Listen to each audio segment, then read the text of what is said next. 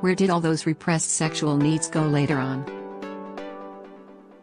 There is a girl and her boyfriend who are in a long-distance relationship. They agreed to wait a few years before having sexual relations, but unfortunately, both of their desires are very strong, and they often masturbate over the phone. She is worried that this will cause various harms to her body in the long run and even begins to doubt whether this is an appropriate way to release her desires. Sexual desire is one of the instincts of human beings and always makes people full of curiosity and longing. So, when the desire arises, how should we view and resolve it?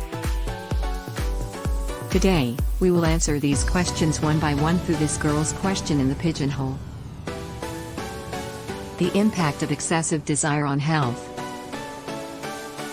When it comes to excessive desire, people often associate it with sexual addiction, also known as compulsive sexual behavior or sexual impulse control disorder.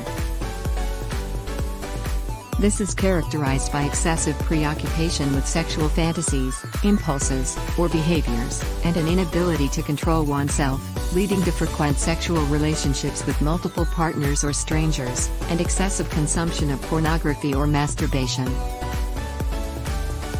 The behavior continues even when faced with negative consequences, such as harm to one's physical or emotional well-being.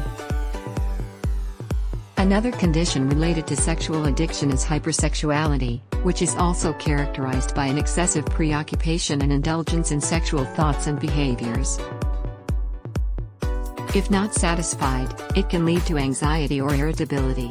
Symptoms include constant thoughts about sexual content. Stronger than a normal desire to fulfill sexual needs. Frequently experiencing sexual arousal, requiring more frequent and longer sexual activities. Deliberately dressing or grooming oneself to attract more attention from others to find potential sexual partners.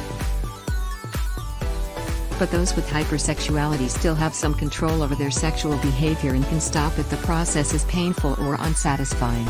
Sex addicts, on the other hand, cannot do this. However, regardless of which of the above two states they are in, prolonged exposure to this can cause significant harm to both the body and mind. When most of the time in a day is spent on sexual fantasies and behaviors, it can not only seriously affect regular work and life, but also quickly jump back and forth in emotions such as shame, self-blame, and regret.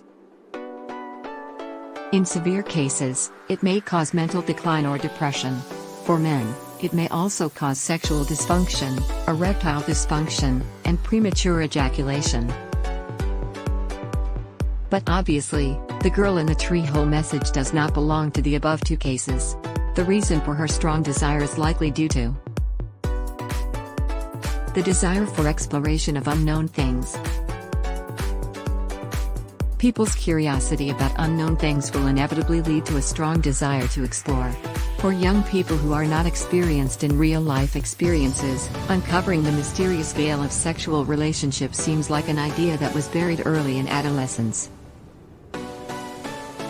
Especially, when you set a boundary for uncovering this veil, it is likely to have the opposite effect, making sexual life more desirable. Long-term separation. Love is always exciting and sweet, but long-term separation can extend the honeymoon period and make people more eager for close relationships. Ovulation or menstrual period.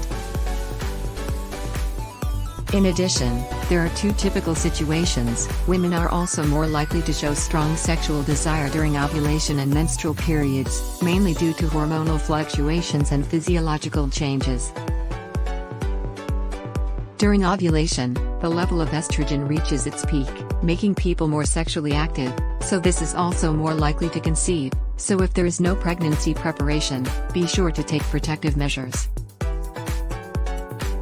During the menstrual period, the vulva of women will accumulate a lot of blood, with apparent congestion and edema, which will stimulate the nerves distributed here, so the reaction will also be more sensitive than usual. Additionally, The bleeding issue mentioned by the girl in the message is probably caused by ovulation bleeding, which happens when the estrogen level in the body temporarily decreases. When the estrogen level drops to half of its original group, the lining of the uterus bleeds due to the loss of estrogen support. This is also a normal physiological change. Ovulation bleeding usually lasts for 2 to 3 days, and as the function of the corpus luteum increases and estrogen levels rise again, the bleeding will disappear on its own. Of course, these are all everyday phenomena and there is no need to worry too much.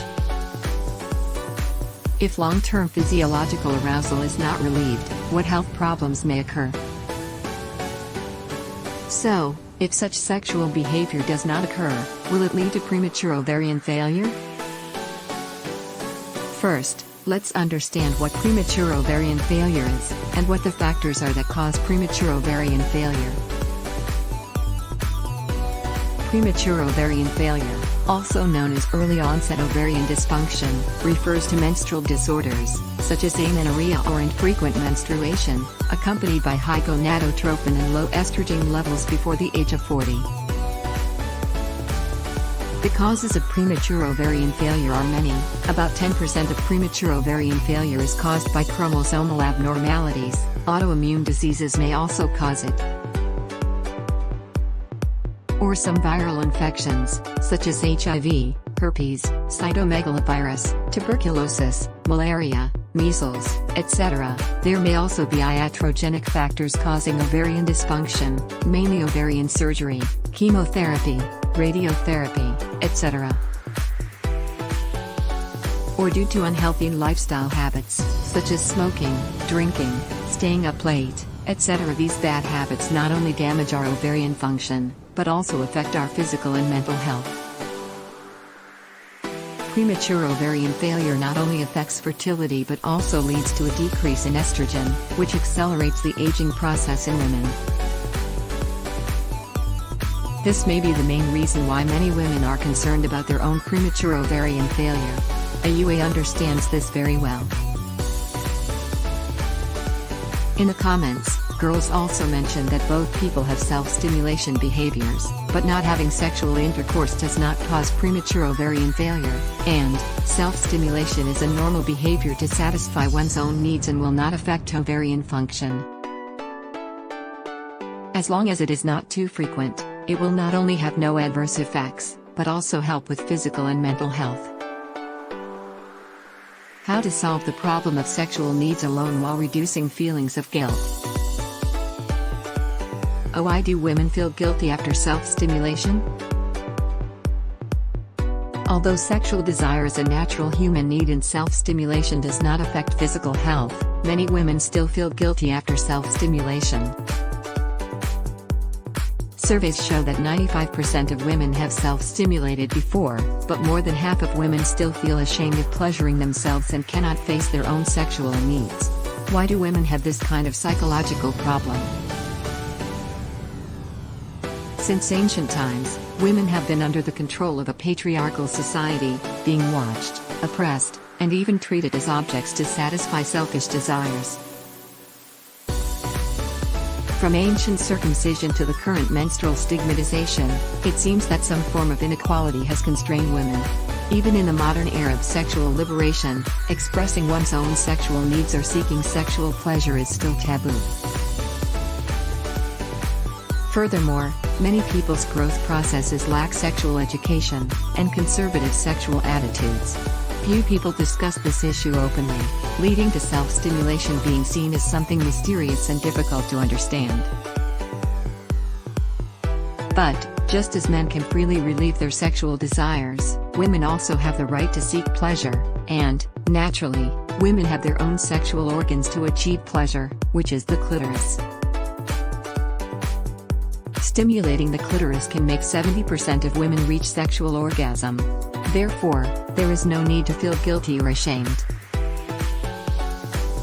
Ways for women to safely masturbate. When it comes to women's masturbation, the simplest and most convenient way is to cross their legs. Many girls are familiar with this, Crossing their legs is a way to rub and stimulate the genitals by squeezing and twisting the legs. Of course, some people also choose to cross pillows or blankets, etc. In short, it is a behavior that makes the genitals swollen and excited, thus forming sexual pleasure and orgasm. Girls who are not used to crossing legs can also use their fingers to stimulate the clitoris or labia. The force can be gentle to avoid hurting delicate skin. Experienced drivers know how to adjust the pressure while gradually increasing it. Of course, everyone's sensitive area is different. While stimulating the clitoris, you can also touch other parts such as the breasts, or use toys to increase pleasure. Alright, I can't say anymore, I believe everyone has understood. But please remind everyone that no matter if you use your hands, toys, or objects, pay attention to hygiene and safety. Before and after, ensure your fingers and objects are clean to protect our personal health.